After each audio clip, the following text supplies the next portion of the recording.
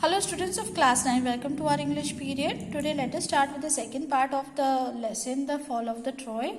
So far we studied that how Paris, the prince of Troy, was killed in the long 10-year war. But then after his death, the war should have come to an end, but it didn't happen because there were still some great warriors left in the army of Troy, in the army of Trojans. So it was really very necessary for the Greeks to obtain victory over Troy. So finally, let us see what happened. So thus the war continued. Part 2, we are on page number 44. At last Troy was taken not by force, but by a trick. It was the cunning Odysseus who thought of a plan to obtain the victory. "Let us build a great wooden horse," he said, "big enough to hold men inside it, and let some of our best fighters hide in the horse. Then let us burn our tents and pretend to sail away in our ships. But instead of sailing away, we will return in the night. When the Trojans are asleep, we will attack the city and burn and kill." So finally it was decided that the Greeks were very much determined and they wanted to obtain victory over Troy. So Odysseus had a very cunning plan. What was that? He said that let us build a great wooden horse. He suggested that they build a great wooden horse, and for what reason? So that it could hold men inside it. Okay, which men? The great warriors, the best fighters. So it was decided that they build a great wooden horse and the best of the fighters would hide in the horse, including King Menelaus, Odysseus. And also along with that, they would burn their tents and pretend to sail away in their own ships. So they would not be seen, neither their tents, neither their ships, neither they would be seen the next morning by the Trojans.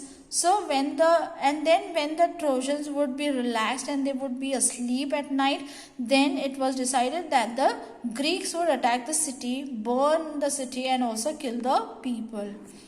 The Greek leaders decided to follow the advice of the wise Odysseus. So a great horse of wood was made by a skillful engineer. Look at the spelling.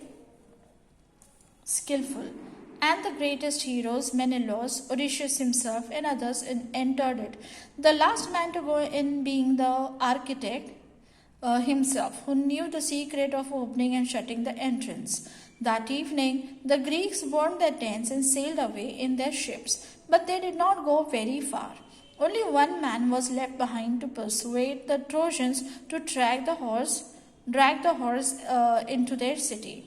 So finally, as per the advice given by the wise Odysseus, the Greek leaders decided to follow him, and thus a great wooden horse was built by a skillful engineer.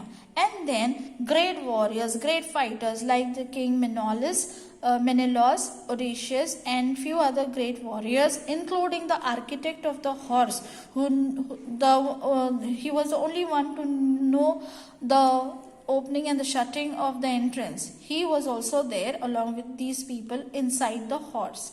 Now and then the remaining Greek soldiers burned their tents and pretended to sail away from the scene, that is from the battlefield. Okay, but did they go far away? No, they did not.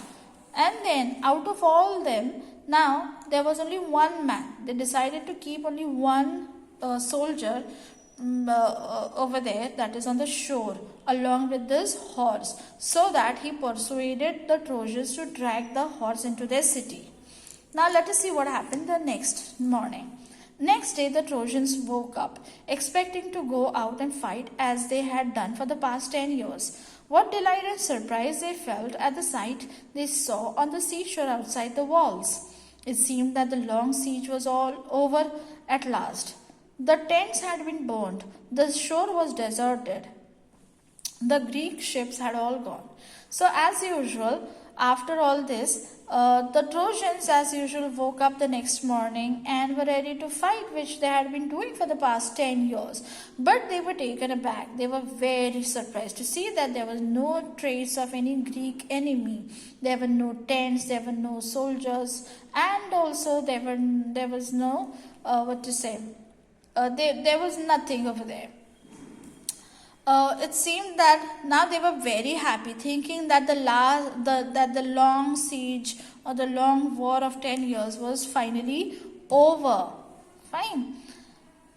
Now it's peace at last, they cried, and opened wide their gates and came out in large numbers on the plain, glad to be free again to go where they pleased. Then they saw on the sands the huge wooden horse. They gathered round it in astonishment, for it was indeed a wonderful piece of work. So finally, they saw that there was no enemy, and they were so very happy. Who? The Trojans. They were very happy because finally they thought that the long 10-year war was over. And they cried with joy. Cried means not actually shed tears, and they cried because of pain. It was not pain, it was joy, and they said this loudly, it's peace at last. This is what it means by saying that they cried. And thus they opened their large gates, their huge gates, and they came out in numbers. That means they came out, more and more people came out on the plains, that they after crossing the gates. And they were very, very happy to be free again. And they were also happy because they were free, and they could go wherever they wanted to, wherever they pleased. Now, but then their attention was drawn by this huge wooden horse. It was not only huge but also a very wonderful piece of work. And therefore all the Trojans gathered around this horse, the big huge wooden horse. Let us see what happened later in the next video. Till then, goodbye. Thank you.